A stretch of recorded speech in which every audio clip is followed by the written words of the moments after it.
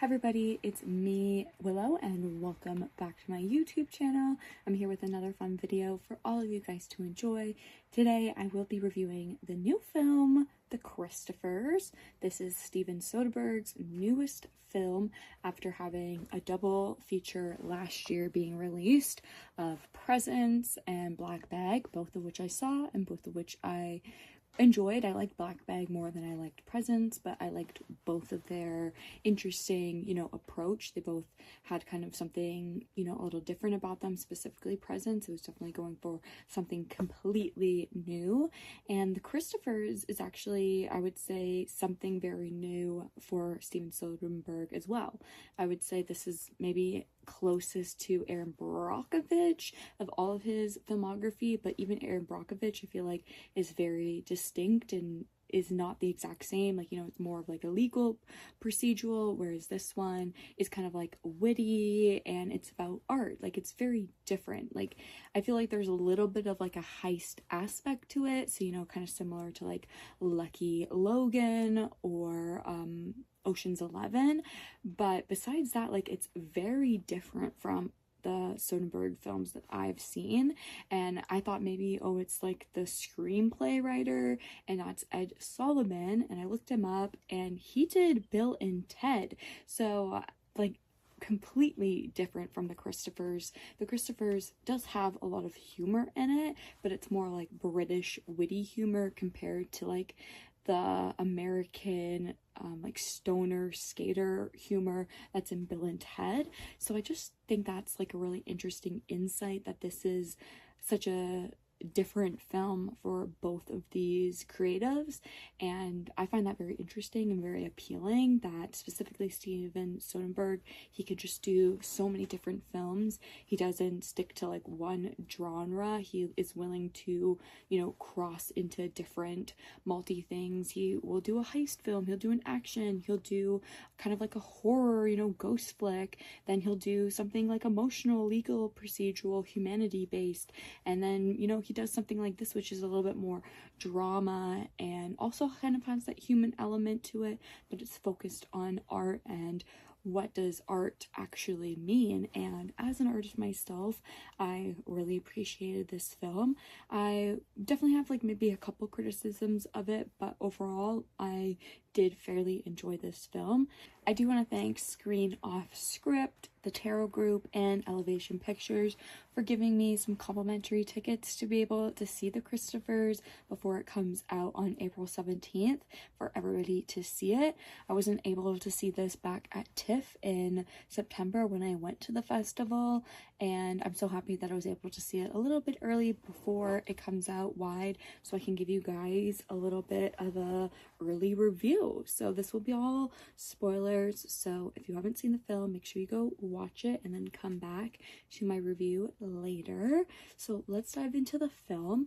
I definitely think the performances from Ian McKellen and Michaela Coel are just incredible.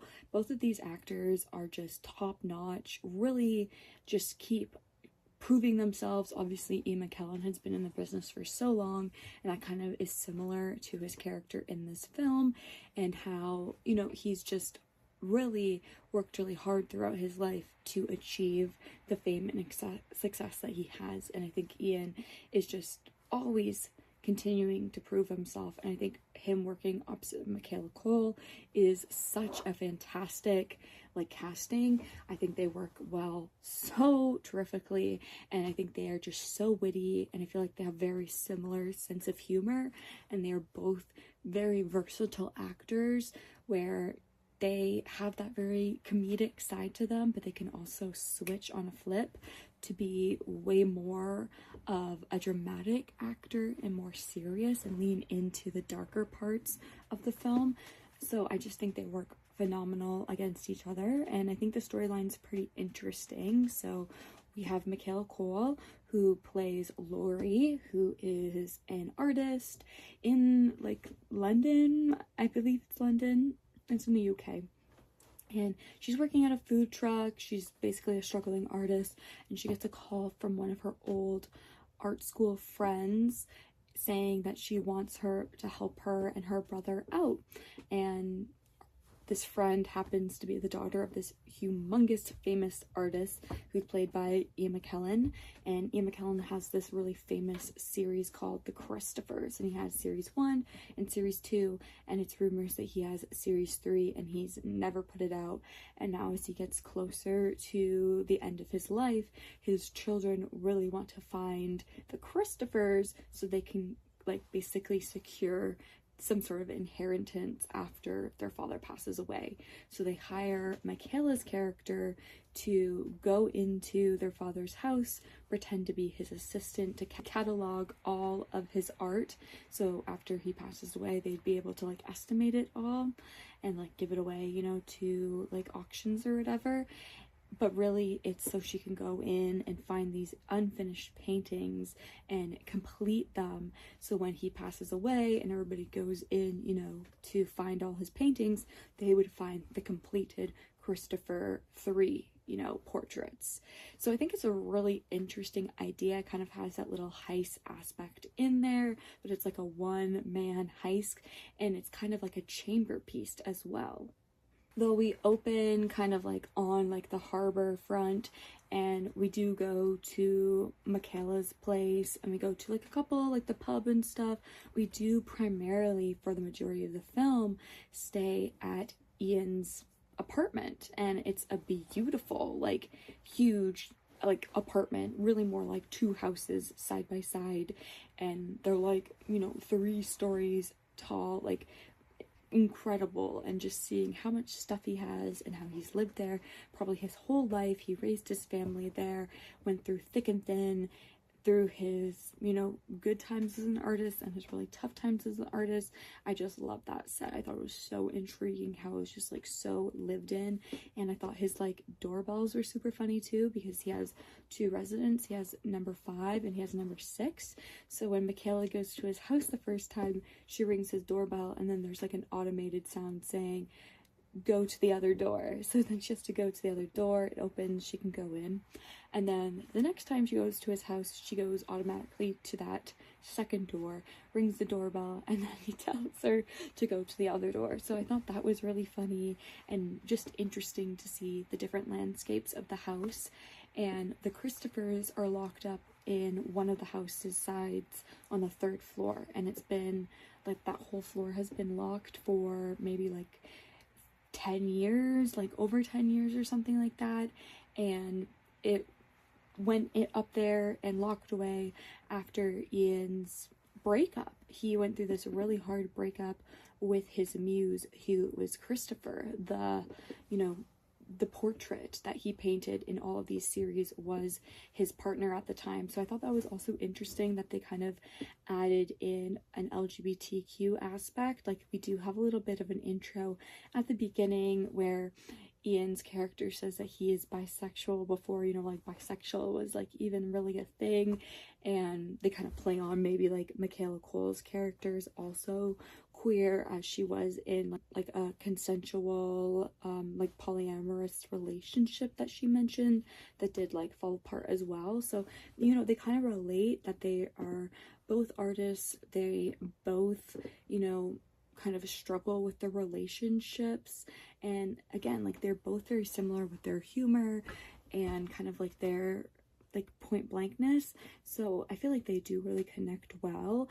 But it's obvious that Ian's character is very like egotistical, and he just doesn't believe that Michaela is actually there to be his assistant. He knows there has to be some sort of underlying reason, because like she hasn't told him that his kids, you know, hired her to go into his home and find these portraits that he doesn't want the world to see and to finish them for him, and he would never know.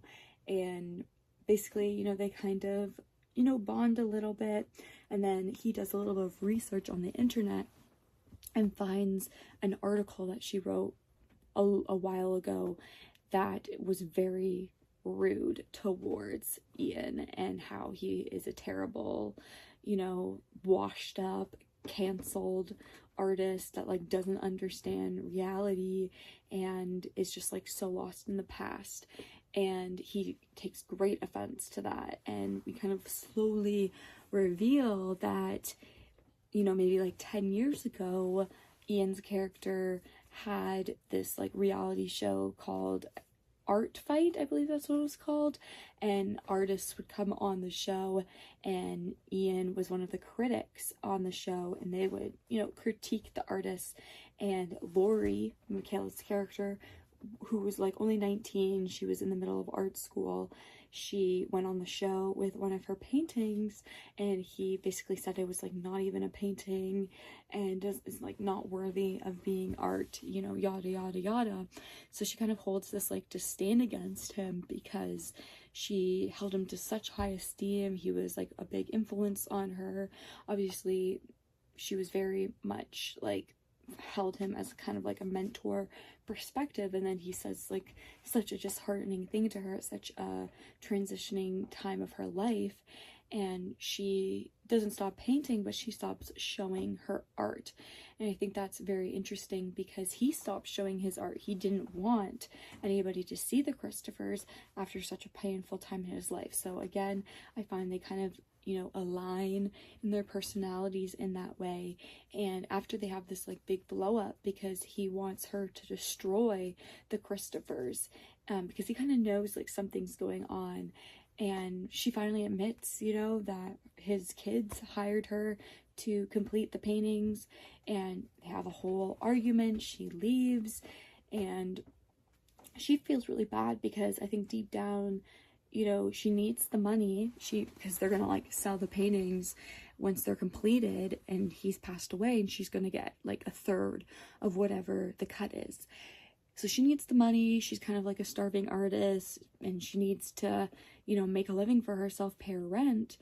But deep down, she is an artist, you know, and she knows that it's not right to forge these pieces of art, even though she has a history of forging art. So I think this like complication of what do you do when you are an artist, but people don't actually see your art, you know? They see somebody else's art, even though it's your art, or you're just like afraid of the pressure, the expectations. So as an artist, I definitely related to this film, and I felt very moved in certain scenes. I felt like it was very Shakespearean, a lot of the dialogue, with Ed doing like Bill and Ted as like one of his biggest franchises of screenplays that he's done in the past. I'm just very impressed, you know, to the level of dialogue he has in this film. I felt like it was very smooth, and like I said, kind of has this like Shakespearean drama level to it, specifically with how Ian is delivering it,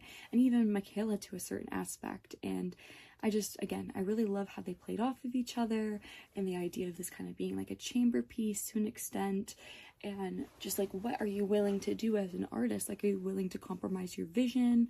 Are you willing to let people judge you and maybe not fully understand what you're trying to go for and the pain that you seek, until, you know, that one person finally actually sees you for who you are? And I did think this scene was like a little maybe on the nose with how Michaela comes back after one of their arguments, and she basically says how like she dissects his entire Christopher series, because he says, how dare you try and forge any of my paintings? You would not be able to accomplish my paintings. Like, you would not be able to have the style. Like, you could not do what I can do. And then she comes in and proves to him that she understands every little brush stroke and emotion that he put into his series, and how it was transformed and evolved along the series. So I think that's very interesting, and shows that she is very intuitive and understands him a lot more than I feel like anybody else in the world does.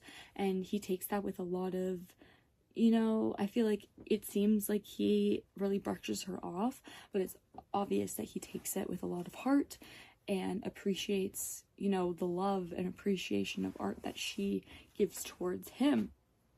And we see near the end of the film where they're trying to like reconcile, and Michaela kind of tries to pose that she shredded the Christophers, and like in front of the kids, so the kids can't have the art. And we have this like kind of cathartic moment where Ian reveals how him and Christopher broke up, and it's kind of apparent that he just like never wants people to see this art. Like, he wanted Christopher to have it. He wanted his love, his muse, the person that brought joy and happiness and, you know, soul into his life, to have this beautiful, like, priceless piece of art. And then that kind of breaks apart, maybe because of his fame, who knows, right? So I think it's very interesting that Michaela is able to give Ian's character this like cathartic release, with him destroying and kind of evolving the paintings himself. And then when he passes away at the end of the film, Michaela is able to take these pieces of art and evolve them into the way that he probably would have wanted to, and sign a will in Ian's name to give to Christopher or Owen. It's revealed that his name is actually Owen and Christopher is his middle name. Michaela is able to track down the ex and find him and tell him that Ian really wanted him to have the art. And they're able to, you know, present it for everybody to see in this new and transformed way. So I do think it's very interesting and kind of a nuanced film. It is slower paced, and it is almost at the 2-hour mark. So I feel like it's not going to work for everybody. This is a much more like a smaller, like I said, chamber piece, slow. You really have to wait till the end to get a lot of the payoff. But I do think it's worth going to see. If you like Michaela Coel, if you like Ian McKellen, I think it's definitely worth it just to check them out.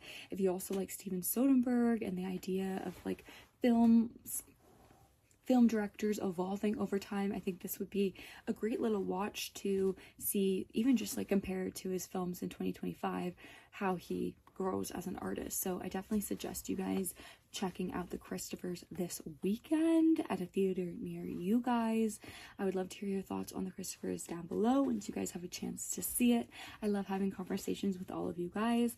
If you enjoyed my review, please give a thumbs up to it, and also hit the subscribe button, the post notification button, so you don't miss out whenever I post. I do post film reviews, pop culture, and all that jazz here on my YouTube channel. I am posting regularly here, so if you have post notifications on, you'll always be notified when I upload. So thank you so much for all the support. I really do appreciate all the engagement, as it helps to push me out into the algorithm and help me find more like-minded people to find my channel and grow my cinema loving community.